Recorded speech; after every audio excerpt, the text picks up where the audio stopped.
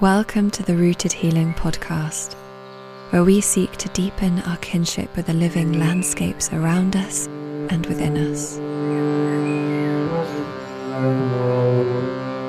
This is a space where stories heal with words that weave us closer to our wild and interrelational nature, where we explore ways to root down intimately with the land, ecosystems, communities and practices that help us heal, reimagine, and co-create the world we remember to belong in. Yearning for meaning, but meaning connected to the hallowedness of the land. You know, where there are gaps, we can make it up. Within 3 years of doing something, you've got a tradition. Within 10 years, people will be telling you that you're not doing it correctly. Traditions can happen incredibly quickly.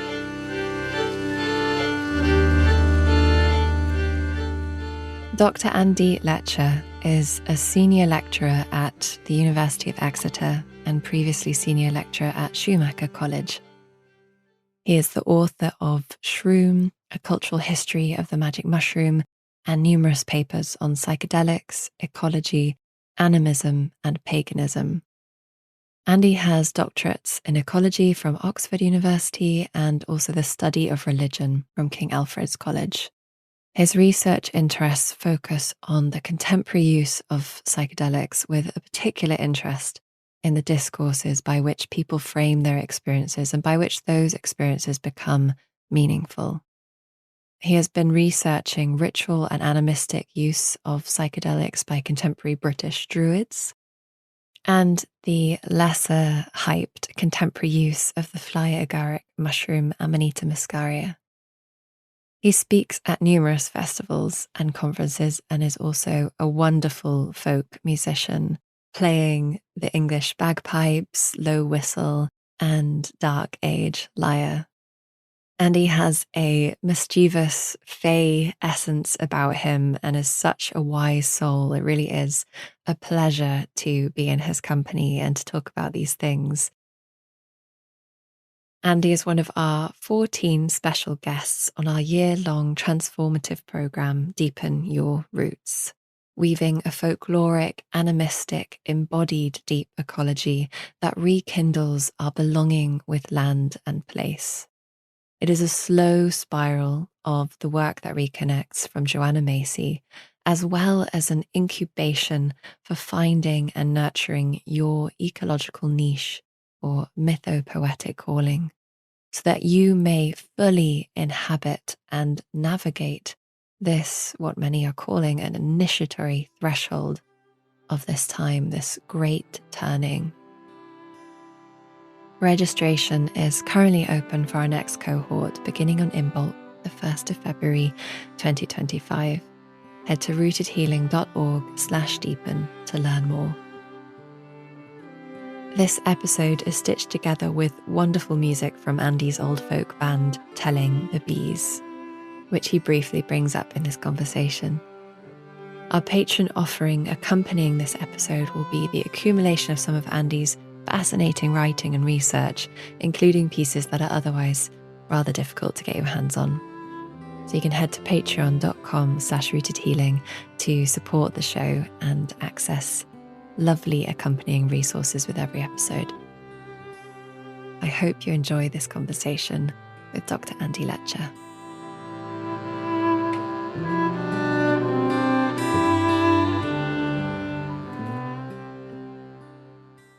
Well, I'm speaking from my home in South Devon.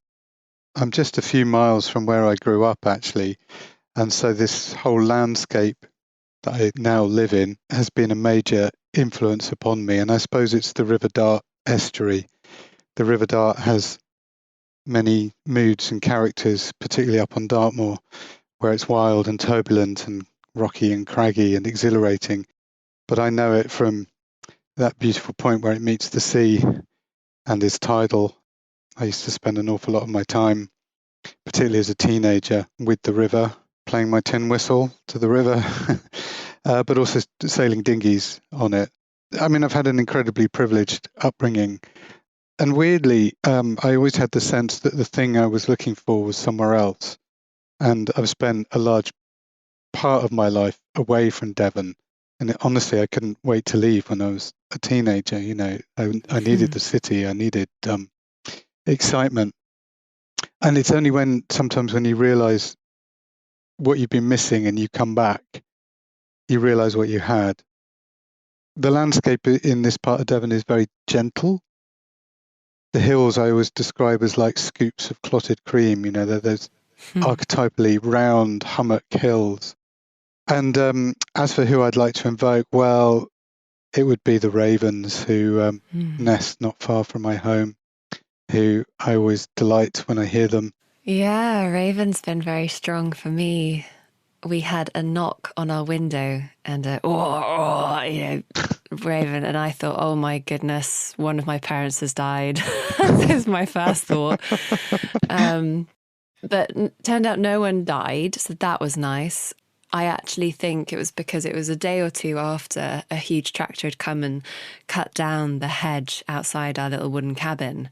That brutal just shredding of the hedge, and it was a hedge that hadn't been done for a long time, so it really just chopped these sort of, I don't know, 25, 30-year-old oak trees in half and all the gorgeous hedge galore. And so my conclusion was that raven came to say, oi, I know that it was you tall two-leggeds that were involved with this. Do something about it. And so we started putting a much more abundant offering of seeds out for the birds, which I naturally want to do at this time of year anyway. But it just felt like this sort of, I'm really sorry we did that to your hedge. And the ravens obviously haven't come to take the seeds, but the other birds, I feel like the raven sort of watches over all of them. And they're incredibly astute and intelligent birds. And I don't know many other birds that play, but ravens are very playful, and they'll often fly upside down just because they can, and they do these kind of victory rolls. Yeah, I've seen them. Yeah. I once heard a pig on a walk in Somerset, and I thought, there can't be a pig here. This isn't a farm. And making really amazing, snorting pig noises, realized they were coming up from a tree. Then I heard the sound of water dropping into a stream and realized it was a raven just up in this tree making perfect pig sounds, water dropping sounds, and also mimicking, I think, a guinea fowl or something. wow. Yeah, really incredible birds. My sister's friend was homeschooled and had one of those amazing, eccentric sort of wizarding families, and they rescued loads of animals. And they had a raven that they had rescued who ended up living with them, and he could speak, and he would answer the phone with his beak. He'd lift it off the receiver and say, hello, good boy, bad boy. Yeah, ravens are incredible. You say you're proudly pagan, and paganism seems to weave in subtle and not so subtle ways into your academic work and generally how you're sharing and speaking publicly. And we touched upon this in a past conversation. I'm just curious what paganism is to you, because I feel like it could be a very different thing to different people, much like animism, and maybe the two are very linked. What is it to you? Well, there's an interesting question, and what it is to me is changeable and changing, and it's an ongoing conversation. What it was when I discovered it in my teens was it represented a pathway out from my rather restrictive middle class Church of England upbringing that I had started to find suffocating. And there wasn't much space for me. And I discovered paganism. Perhaps I should rewind a little. Here in my lovely upbringing in Devon, as a child, I had what I would now call numinous experiences. So feelings of profound connection, peace, beauty, playing out in the little copse behind our house or sitting by a stream. I have very vivid memories of that. And as I hit teenage, that took on a kind of haunted, almost longing quality. And eventually I found the word pagan, and I thought, that's what I am. This name fits the experiences that I've been having. I'm not having them in the church, which is where I'm supposed to be having them. In fact, I feel the opposite in church. I feel suffocated and I feel bored and I just can't wait to escape. I'm having them outside, outdoors. And so paganism represented that for me, but it also came with that frisson of the forbidden. And so this was like the mid 1980s. So, no internet, books are very hard to find, but there was still this sense that paganism was something forbidden, dangerous, edgy, occult, all those kind of things. And that was both exciting and kind of scary, but that kind of led me to it. And then I got to university and I went to Sheffield University. But Sheffield, by coincidence, had the very first university undergraduate pagan society. And, this felt dreadfully exciting. And I encountered there another kind of paganism, which was much more hippie-ish, much more anarchic, much more about psychedelics and free festivals.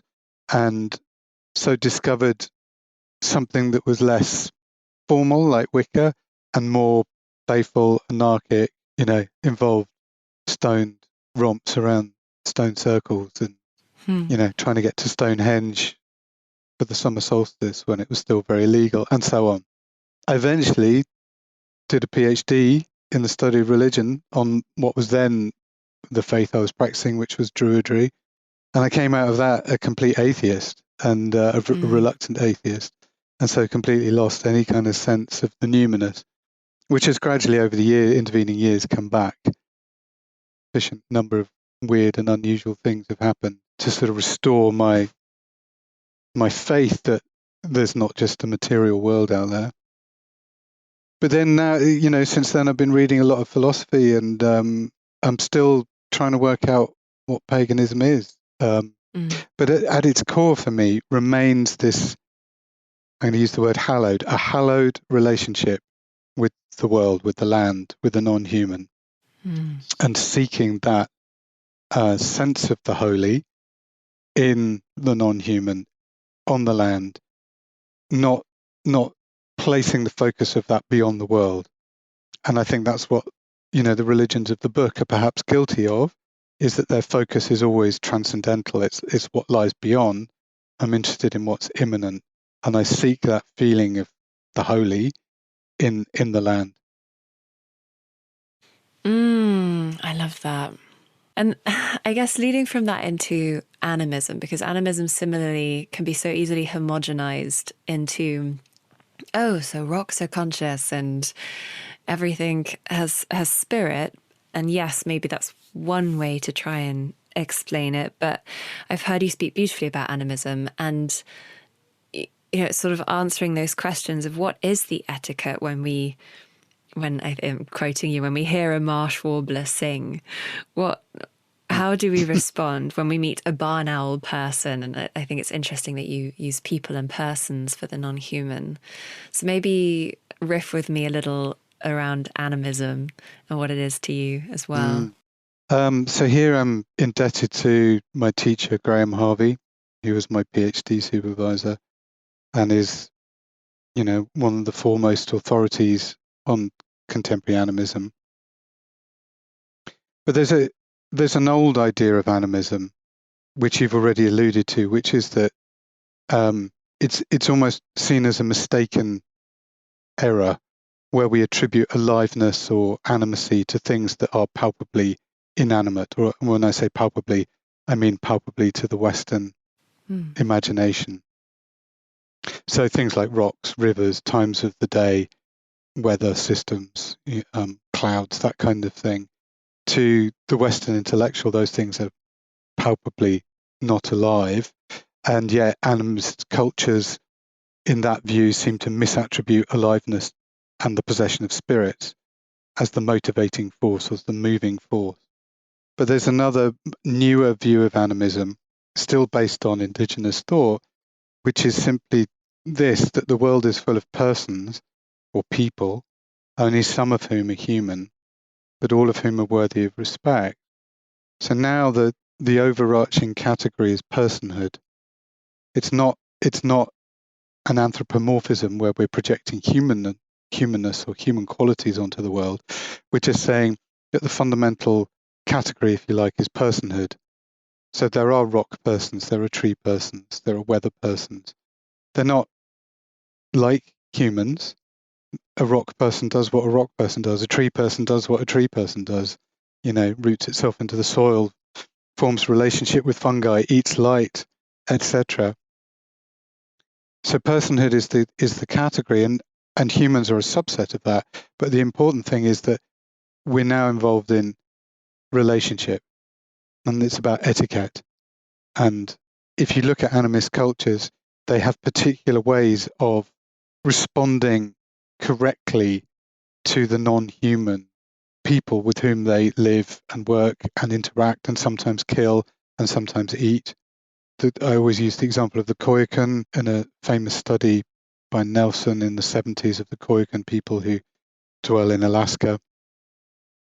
And they're hunters, and say they trap a beaver, then they have to prepare that beaver in a certain way. There's a certain etiquette, because if you fall short of the etiquette, you'll lose your luck. That relationship is broken and you'll never hunt that animal again. So there are rules. There's a way in which you maintain that relationship, that right relationship. Now, it's easy to think that animism is something that is far away, but actually, if you scratch the surface of European cultures, animism is very close to the surface. Well, let me give you one example. So I used to play in a folk band called Telling the Bees, and we took our name from a traditional custom amongst beekeepers, which was that you had to inform your bees of any important family news like births, deaths, and marriages. And what people would do is they would process down to the hives, tap the hives with an iron key, and announce the news. And if you didn't, your bees would desert you. So bees like to be kept up with the news. That's the etiquette. Not long after our first album came out, I got an email from someone who said, I still have the iron key that my grandmother used to use. So it's that close. It's that close. It's 2 generations away. Now, it might sound quaint and it might sound like something naive from another era, but actually what these rituals represent is respect. That there's a way of respecting the other than human persons that I'm working with, whether it's the bees I keep or the harvest customs that people used to do, crying the neck and stuff like that. It's a way of giving something back, because respect means somewhere reciprocity, and traditional cultures always give something back. In the Andes, you'll still find farmers breaking pots every year as a gift to the land for the crops that the land produces. And archaeologists say you can find the broken pots from the Inca civilization. So it's about reciprocity and it's about respect.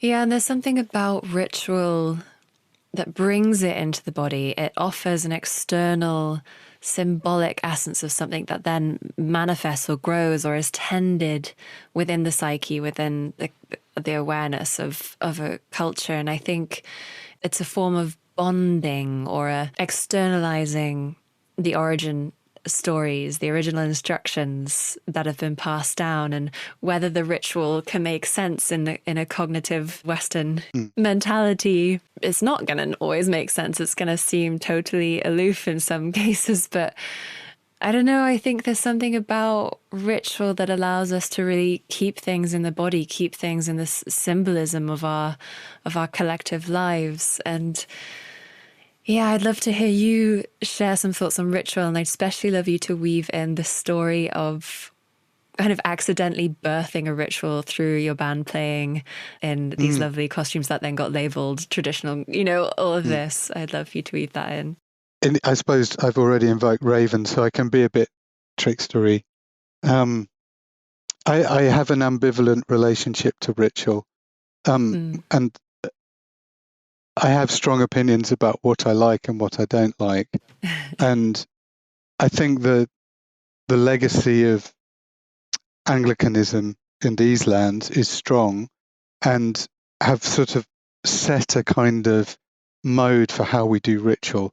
And all too often, I mean, I've been in a lot of rituals, they seem like Anglicanism in a field or Anglicanism round the fire, by which I mean they're very, as soon as people say they're doing a ritual, it all gets very solemn and people start speaking in strange ways. The buttocks clench. I would want a far more elastic definition of ritual. So a festival is a ritual, a rave is a ritual. To a certain extent, there's a ritual-like quality to this podcast. You know, we had a little warm-up conversation, then the ritual begins with the hitting of the record button, and there'll be a cool down afterwards. You know, it follows that kind of wave-like shape, and hopefully some magic will happen in our interaction. For me, the most powerful rituals are ones where the meaning is not circumscribed. So I remember, so there's a huge revival of interest in Morris dancing, this traditional English and to a certain extent Welsh form of dancing that has been much derided, but now there's all kinds of creative people getting involved in Morris dancing, which is fantastic. And I remember way back in the 90s seeing an explicitly pagan Morris side. They wore masks. It was just electrifying because there was something unknown about what they were doing. The imagination could feed and fill in the gaps. They were just dancing, but they were dancing in masks, which gave them and the dance this sort of slightly frightening quality. So there was a gap there into which we can invest meaning, and then the ritual comes alive. I saw them a few years later, and they were doing a ritual, and I'm doing scare quotes here, in which someone started doing an invocation to a goddess, and it was just awful. There were no gaps because it was now being circumscribed. I was now being told what was happening. So for me, the best rituals are like catalysts for the imagination. They draw you in. So you asked about this improvised ritual I used to do in Oxford. So in Oxford, as with many places, on May the 1st, there are big May celebrations. Absolutely wonderful. They shut off the main thoroughfare. The choir sing madrigals from Magdalen Tower. That's all a bit of an anticlimax. And then people pour into the centre of the town. The pubs are open. And then what? And so with a group of people, this is back in 2004, I think it was, we started playing music to entertain the crowds. And I'm a piper, so it was pipes and drums and fiddles. We were playing medieval music, nice bouncy dance music that felt very in keeping with the Beltane spirit. You know, the kind of music that makes you want to grab a sprig of greenery and frolic in the streets, right? Fast forward 10 years or 9 years, and we're all now wearing costumes. And I, in some stoned reverie, decided I was going to paint my face half white and half black and wear a top hat and tails like some Morris dancers do. And everyone was dressed in green. A lot of the people who came to see us were dressed in green. We'd get a big crowd. And the local paper took a photo of us and said, some revelers came in traditional costume. And I thought, oh, my work is done here. I just invented this costume, this character I was going to play, but it's regarded as traditional because we've been doing it for 9 years. So there was an element of tradition, an element of repetition. People had come to expect it. And all we were doing is playing music in costume. And that left a kind of that gap that I'm talking about. So you could read it as a pagan ritual. You could read it as the hippies of Oxford coming and playing their music, whatever it was. People can find their own meaning in it, and then they're invested in it. And then that's where the ritual comes alive, in that gap between the people performing it and the people participating in it. It's that beautiful space between. And if one side is dominating, there's no chemistry. So if I were to stand up and say, and now this is a Beltane ritual and we invoke the old gods, I'm sure half the people would just fall asleep. Whereas we're just playing music, and then the spirit can come in. You're creating a vessel for the spirit. But as I say, I'm opinionated. and I have a very low boredom threshold. So it may say more about me and my desire to be entertained.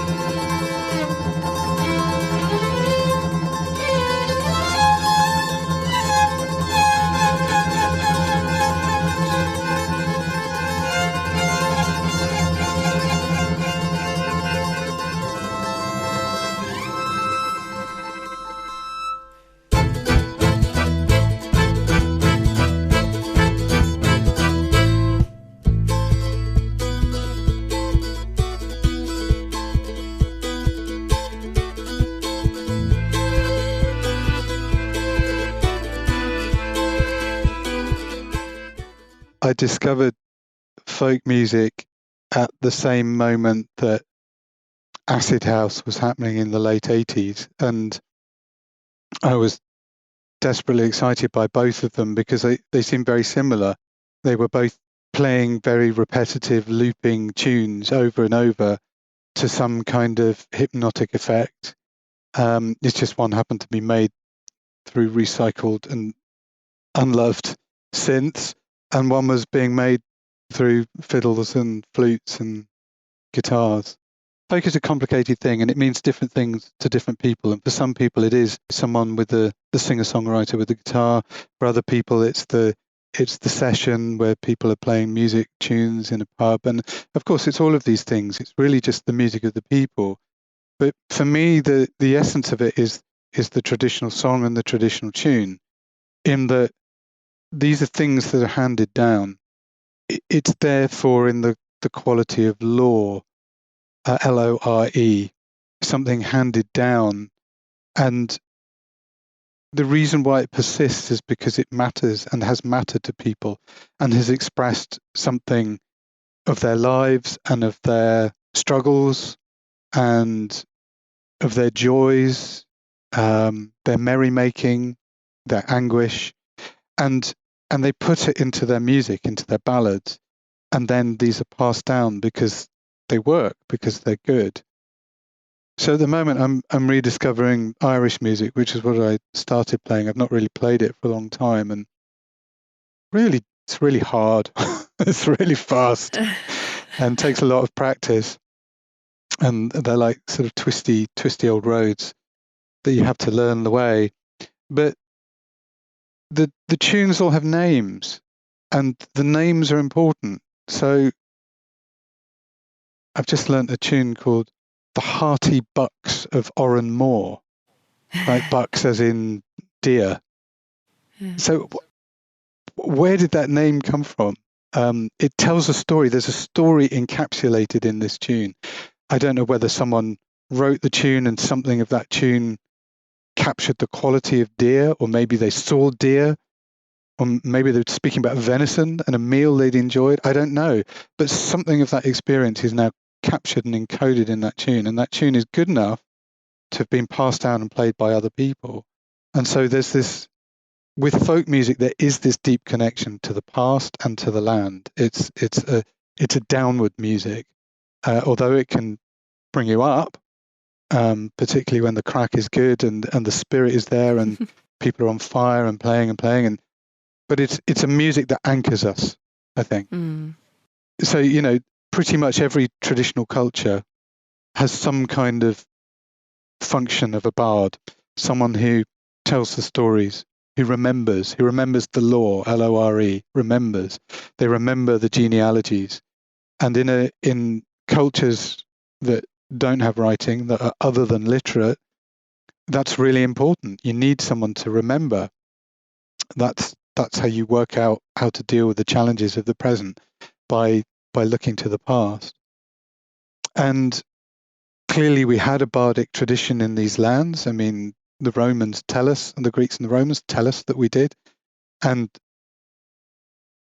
Wales in particular had a very rich bardic tradition that was extant right till the Middle Ages and probably only started dying out in the 17th century. So very, very close to the surface there. And there's something about this bardic tradition that that again taps into the ancestors, taps into the land, but maybe taps into something more divine. And of course, in the Druid tradition, they talk about Arwen, this divine inspiration. But it's spirit again, when you're creating, when you're writing a tune, or when you're having a conversation with people, when you're doing a ritual, these are vessels for spirit to come through. And when it comes through, you're taken by it. The ritual happens, the conversation flows, the tune writes itself because you've seen the hearty bucks of Oran Moor, and a tune just come. I'll tell you one more anecdote and stop rambling, but this comes from a teacher of mine, Colin Campbell, a Southern African diviner, and he talks about, and I'm sorry, I don't remember which part of Africa it's from. It's Southern Africa somewhere, nor do I know which people it's from, so apologies for that. But a woman was out on the plains, and a storm was coming, so the sky was blackening, and she could see flashes of lightning in the distance.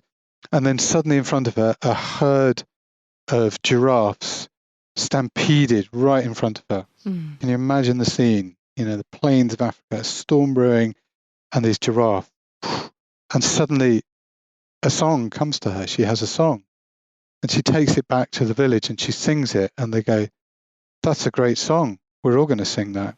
So this moment of inspiration, it's not the hearty bucks of Oran Moor. It's the gambling giraffes of the plains of Serengeti. And whenever she was a bit down, the village would sing the song to sing her up.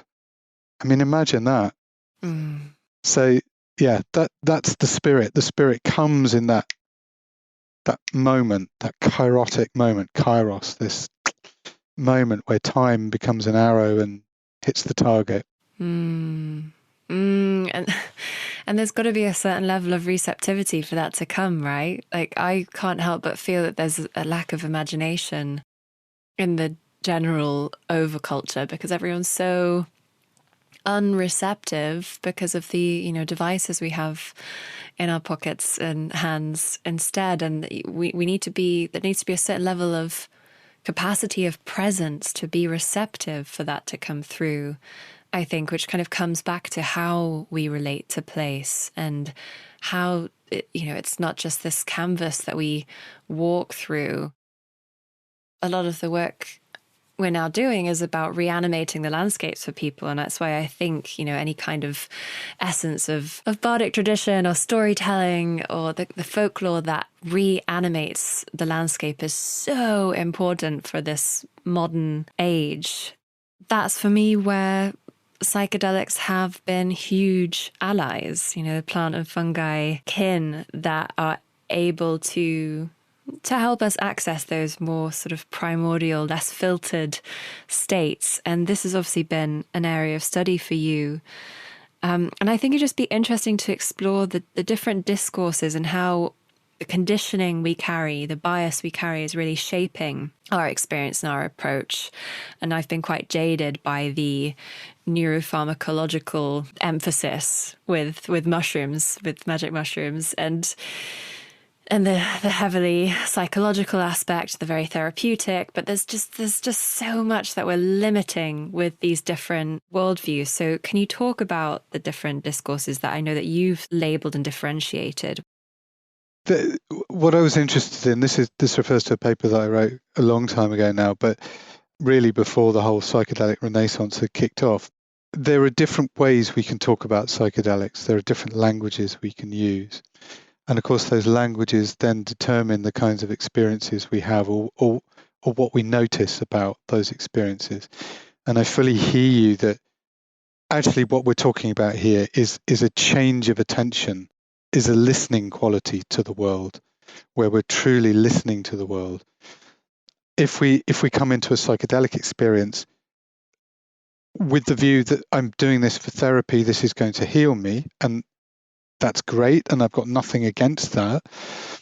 It might mean that we miss, for example, certain animistic elements, or we might dismiss those elements. We might overly psychologize the experience. The oldest way of classifying the psychedelic mushroom experience in Britain is to say it's a form of poisoning. And in the 18th century, There are several accounts of people accidentally eating psychedelic mushrooms and ending up with their doctors, and they all had a horrendous time because they thought they'd been poisoned. And I believe it's still in the medical textbooks as mycetismus cerebralis. So if you were to rock up in A&E on a bad trip, that's what you'd be diagnosed with. You've been poisoned. It's a form of poisoning. Now that's a diametrically opposing view to a indigenous view, which is that you're taking a medicine.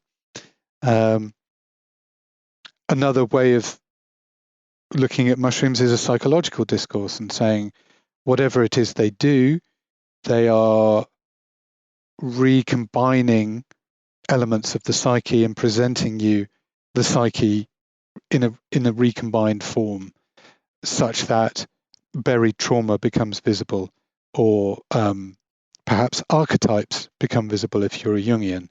So there's this psychological reading that everything that you see or behold or witness is in some sense emerging from the self, from the deep self. There was, of course, famously the prohibition discourse, which we are still living under, which is that these are dangerous and harmful drugs, and it behoves the state to protect its citizens by rendering these experiences illicit. And they're doing that for the benefit of the whole, the greater good of the whole and of the individual. Again, that's a discourse I think we would reject and your listeners would reject. Then there's also the therapeutic discourse, which is a sort of extension of the psychological discourse, which is the reshuffling, that remixing of the psyche is of potential therapeutic benefit.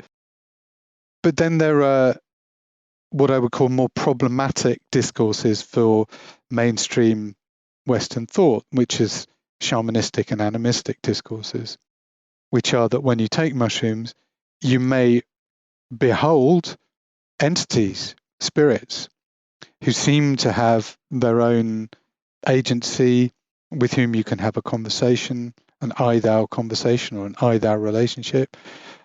This is far more problematic for the Western view and is kind of literally regarded as madness.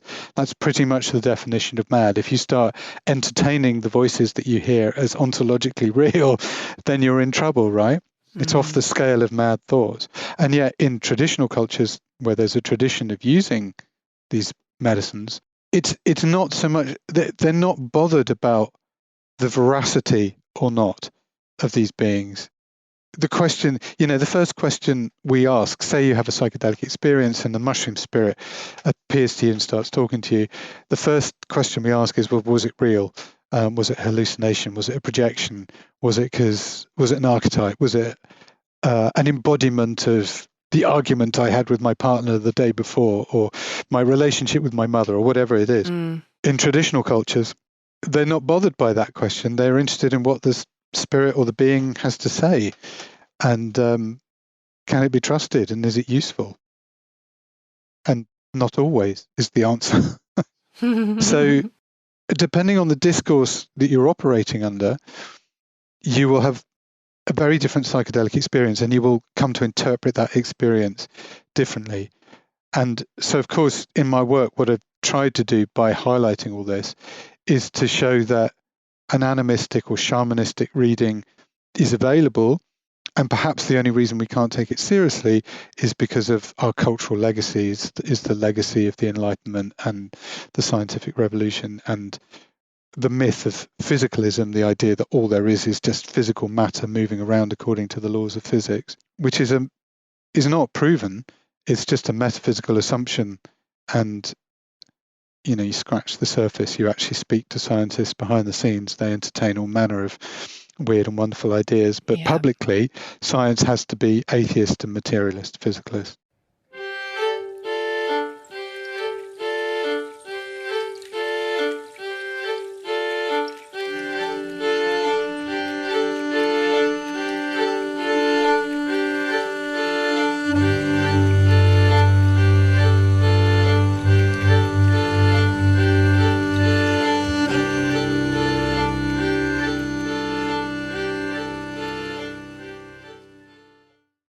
On reflections around Druidry, perhaps specifically going into, I know a little, a research project you did just exploring the use of psychedelics within Druidry, because I was pretty surprised by your findings. I thought there would be a bit more of a crossover with our mushroom kin. Druidry is a very complicated thing, and it's not a singular thing, and it has changed and evolved through time.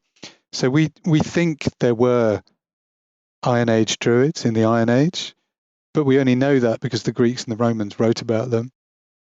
The Druids themselves never wrote anything down. They never committed anything to writing.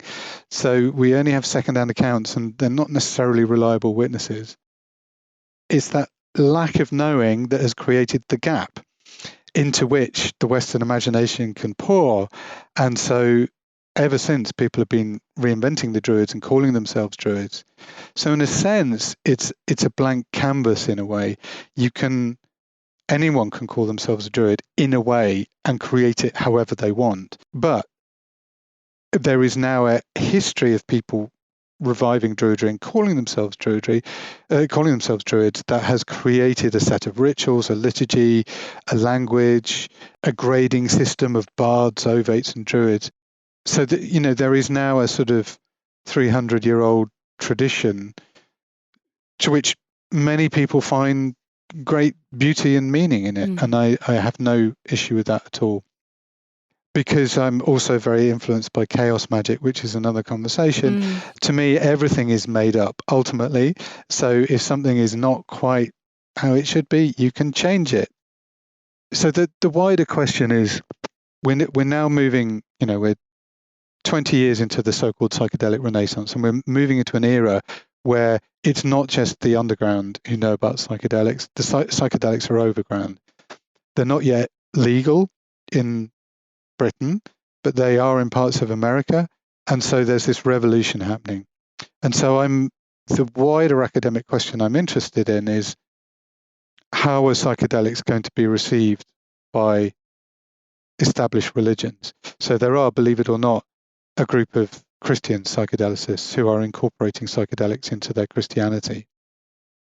An obvious vessel to receive the revelations of psychedelics would be paganism, you might think, or would be Druidry.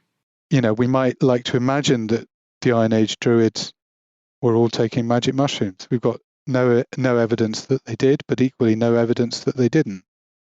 I started inquiring and asking of my Druid friends.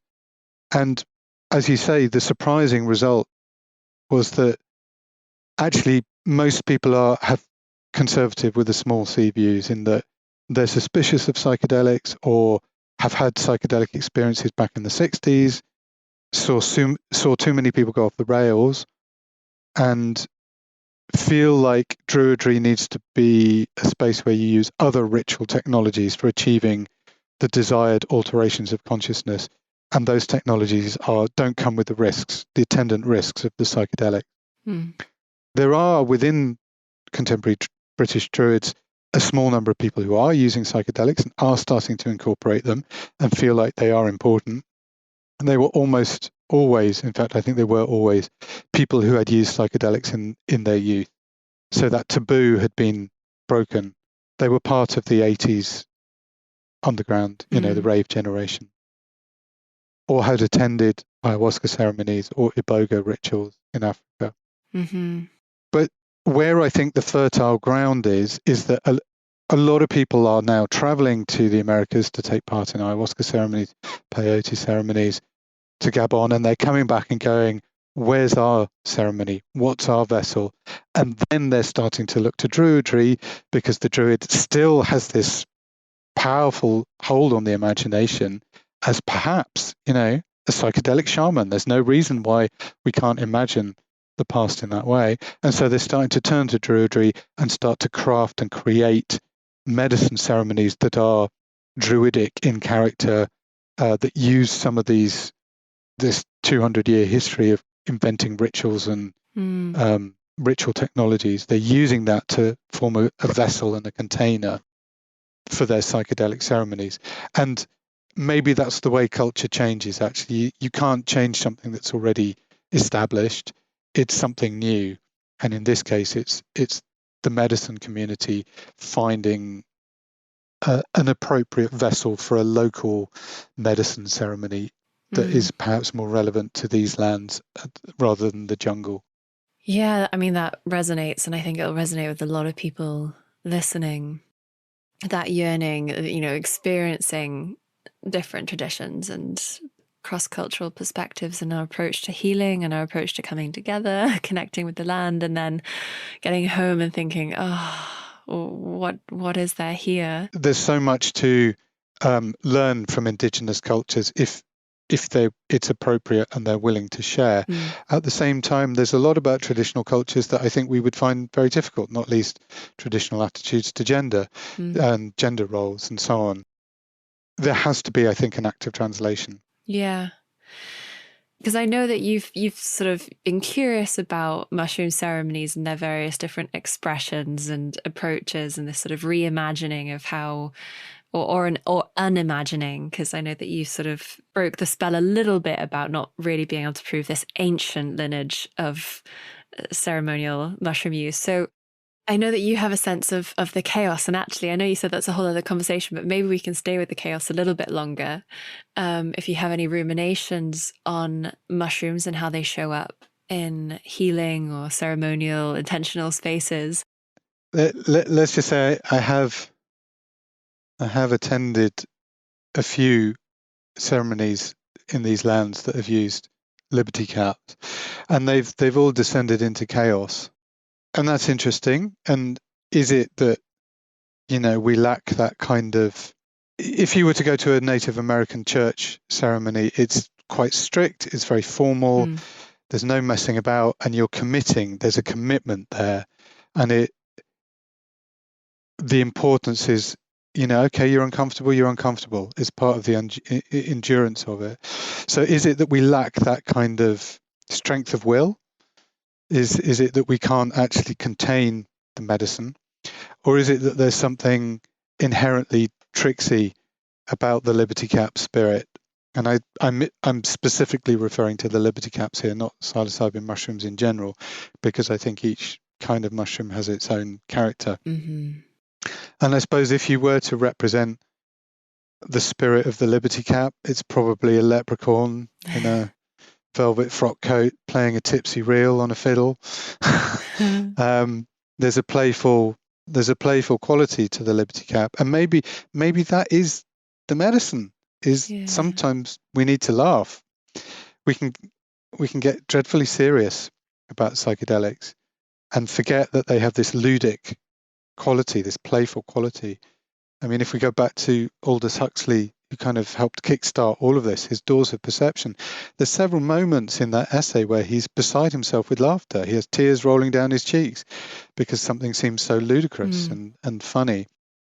So I don't know what the answer is. It's probably a bit of both. It's probably that we could do better at holding ceremony and not immediately flaking out and giving in to, At the same time, sometimes what mushrooms show us is our own ridiculousness, and that is worthy of humor. Our folly, human folly is infinite, right? So maybe we just need to laugh at it. But you see, that's the spirit of Raven coming through again. Yeah, I love it. The Raven's here. Laughter can really be this sort of this epiphany sort of laughter, this coming together of some kind of realization that's just utterly hilarious. And I do believe there's this cosmic giggle, and you sort of see the Dalai Lama is always sort of gently chuckling. Yeah. If a ceremony is serious and it works for you, that's beautiful. And I'm not deriding it. I'm really not poking fun at it. Those ceremonies that I was caricaturing at the beginning clearly work for a lot of people. To get a lot out of them, so that's great. And I freely admit this is my stuff and my issue and my preference, and my preference is for something looser, held of course, but looser, where the spirit can come in. That's just my preference. It's all fascinating to me, and I'm just starting my dissertation for my MSc now with the Aleph Trust, where I am focusing on the role of ceremony and ritual in the context of mushroom use in secular Right. society, because I'm very Great. curious what really is effective for the secular, for the indoctrinated secular mind and heart. Because and also going beyond the therapeutic paradigm, and actually it being much, for me, it's a much more animate inquiry and an experience that I'm very interested in. For example, how the psychedelic experience can enable me to feel myself as something other than human. Like, I felt myself as lion. I have felt myself as heron. You know, there's so many kind of mini apprenticeships I've been on through the psychedelic experience that I don't know if it's therapeutic. I think more of the tale of Taliesin and how he's being chased by Ceridwen through all these different forms. And that was a part of his becoming of Taliesin. And I actually think there's something about the human role as a steward of the land that perhaps needs to have these little experiences, whether it's through psychedelics or through breath or through deep time in nature or tracking or whatever it is, that gives us these apprenticeships with the beings around us in order to become this conscious and aware steward. The privilege of being human, to have, choice, and to be, we have the, the potential to be a keystone species, and some indigenous peoples are, in terms of what they've done to the land. I really loved the analogy of the thread, the rope that we form between us and the other beings. So this metaphor of the threads comes from Robin, and he gets it from his teacher, John Young, who gets it from the San Bushmen. And the San say that when you give your attention to another being, let's say it's a robin singing in the tree, you open up a thread of connection with it. And the more you give it your attention, the more you learn how it likes to live, where it likes to feed, where it likes to build its nest, how many chicks it rears, etc., etc. The more attention you give, the more that thread thickens to become a rope, so that you'll just be walking along and you'll know that there's a robin's nest in the bush there. You haven't seen it and you haven't clocked it consciously, but it's like the rope is tugged. And Robin Bowman is just a phenomenal teacher in this regard, who will show you sleeping fawns in the wood that you had walked past. And another metaphor that I like to use is of a sympathetic string. So a lot of instruments like the sitar or the nickel harper, they have strings that aren't plucked and they're tuned to the notes of the scale. And when you hit that note, that string vibrates through resonance and gives the instrument a much bigger, cavernous, reverberant sound, haunting sound. Well, when I give my attention to the robin, I'm tuning myself to the key of robin. And each time I give my attention, I'm tuning and tuning and tuning, so that something is resonating in me. The thing I give my attention to particularly is birds and bird song. And I try and learn a new bird song every year. if only I was that good. It's difficult, right? It's very difficult, but we've got some wonderful technology to help us now, such that I'll be walking along in the spring, daydreaming, and suddenly I'll stop and I'll go, there's a chiff-chaff. I heard a chiff-chaff. And I'll stop and I'll listen. Yep, sure enough, there it is. Chiff-chaff, chiff-chaff, chiff-chaff, chiff-chaff. Which means to me that the spring is on its way. Or conversely, at the other corner of the year, I was at a festival in the summer. I was walking along and I stopped because suddenly there's a robin singing, and it's the robin singing its winter song. The robin stops singing throughout June, July because they're molting. And then when they start singing, they're singing a winter song, which is different to their summer song, which they'll start in January. I wasn't consciously listening for it, but because I've tuned my attention to that, then I notice it. And then these natural clocks tell me about the time of year. They mark the turning of the seasons. And it's a form of resonance with the world. I don't like this term nature connection, but you're literally humming to the rhythms of the world then, because you're noticing them. And it is you won't see this on a podcast, but I'm gesturing to my torso, not my head. It's Mm. not a cognitive knowing, it's an embodied knowing, or it comes from the body rather than the mind, if I can make that distinction. I'm not sure the two are necessarily separate, but anyway, let's not digress.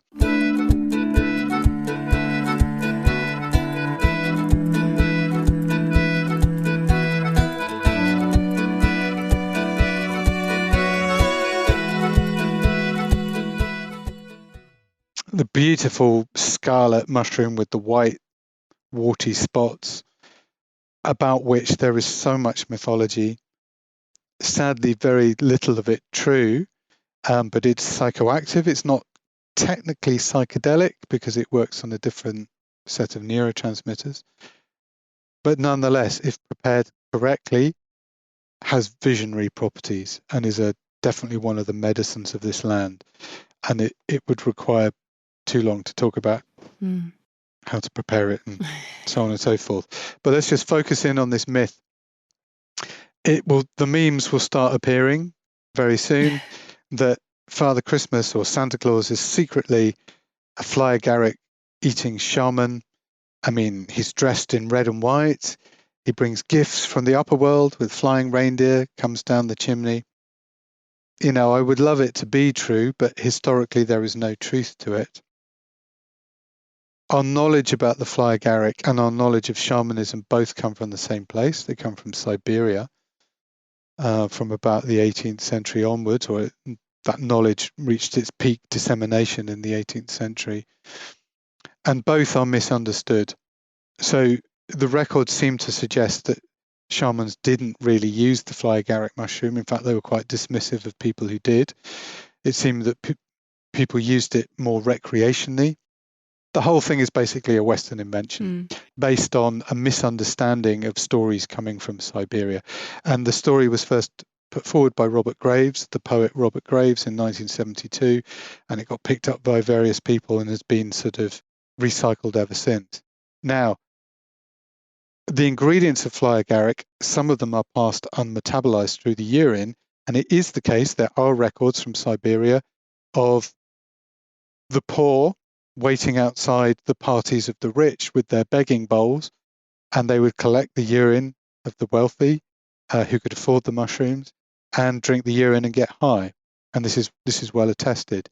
And it seems that this was learned from learning the behavior of reindeer, who are very attracted to human urine in the winter months because human urine contains minerals that they need. So they will avidly lick up the snow into which someone has urinated, because reindeer's diet is mostly lichen and it's very sparse during the winter months. Now, did humans ever drink reindeer piss? I've met two people who claim to have done this with Sami reindeer herders, and they are reliable witnesses. I'm persuaded that they did, but when you speak to Sami informants, they shrug their shoulders and say they know nothing about it. So it's moot. There are people who claim they have done this. A reindeer is corralled, fed Fly Agaric mushrooms. They collect the urine, they boil it down to a thick, gloopy mess. Doesn't sound very pleasant, and then they drink that, and then they get high. But the Sami say they know nothing. And of course, Sami culture was heavily, heavily oppressed, brutally oppressed by Christian culture. Okay, so I can't send a little newsletter around about Santa being an Amanita shaman. Well, with one proviso. Yeah. Because remember, I'm a chaos magician and it's all made up. Yeah. So why can't we reinvent Santa Claus as a Fly Agaric shaman? There's no historical truth to it, but there's nothing to stop us reinventing the figure. And here there's an interesting thing where Santa is a meeting of two figures. One is Santa Claus, who is basically St. Nicholas, who went to America with the Dutch, and all that Santa presents, all that stuff, that's an American invention. Whereas Father Christmas is a 17th century English figure. He's sometimes called Lord Christmas or King Christmas. He's got rosy cheeks. He's the embodiment of the spirit of merriment and feasting and festivity. Now, he's ripe for reinvention because who knows what he's got in the barrel on his back. So let's reinvent Father Christmas. Maybe we could have a Mother Christmas. Let's reinvent Mother Christmas as a Fly Agaric eating shaman. Yeah. The winter solstice it feels like it just got sort of stolen for Jesus's birthday. And a part of me just really wants to celebrate the winter solstice and for my future family, be much more in the pagan wheel of the year. But isn't it interesting that so few people are generally religious now, but they still really carry the tradition of Father Christmas and, Christmas time. And I suppose ritual in itself has a life of its own, perhaps, and it just sort of, it can become quite detached from its roots, I suppose. I think you're right. I mean, increasingly people will identify as spiritual but not religious for obvious reasons. I mean, the resignation of the Archbishop of Canterbury over the covering up of child abuse. I mean, these institutions are deeply problematic, so that's understandable. But the fact that people identify as spiritual means that they still have a yearning and they still have a hunger for meaning, for some meaning that lies out with human culture, that the universe is not just a sterile, moribund place. And I think our traditional customs are, the ritual year of folk customs offer people a way. And I suppose Christmas kind of predominates the winter solstice, but there's nothing to stop people creating their own rituals around the solstice, perhaps getting up to watch the sunrise or keeping a vigil, or, it's a time for feasting and observing the sun, But we have our May customs, we have a whole calendar of seasonal customs, and the popularity of these, I think, is testament to that yearning for meaning, but meaning connected to the hallowedness of the land, to tie it back to what I was saying at the beginning. Where there are gaps, we can make it up. Within 3 years of doing something, you've got a tradition. Within 10 years, people will be telling you that you're not doing it correctly. Traditions can happen incredibly quickly. This thing we were doing in Oxford, after 3 years, it had a momentum of its own. We tend to think that authenticity has to lie distant to us. It's distant either spatially or in time, that the authentic doesn't belong in the here and now. But if we respond to that spirit of a time or a place and create a ritual or create a song or create a tune, it can gain a life of its own very, very quickly if you get it right. So I would warmly encourage people, if you're dissatisfied with what's on offer, to create something and then do it again next year, do it again the year after. And if it's good, if the spirit's there, it will have a life.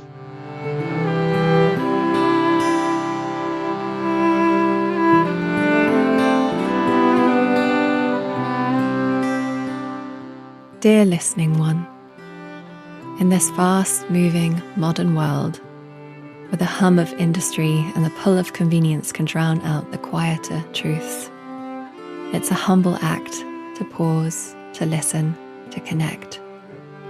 So thank you for being here with the Rooted Healing community.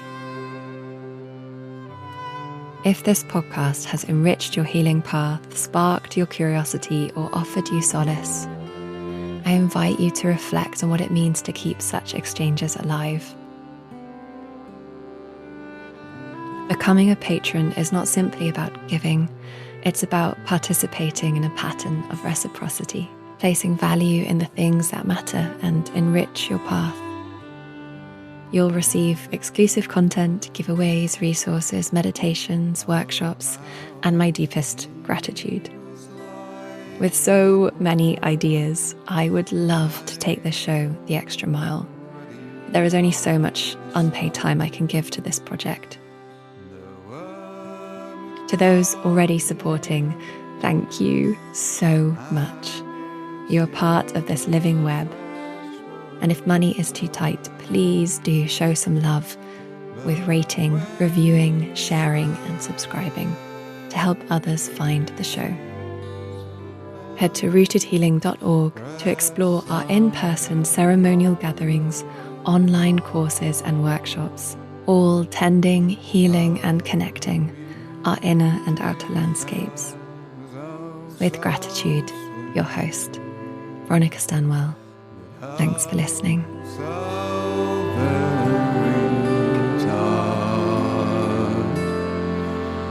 But outside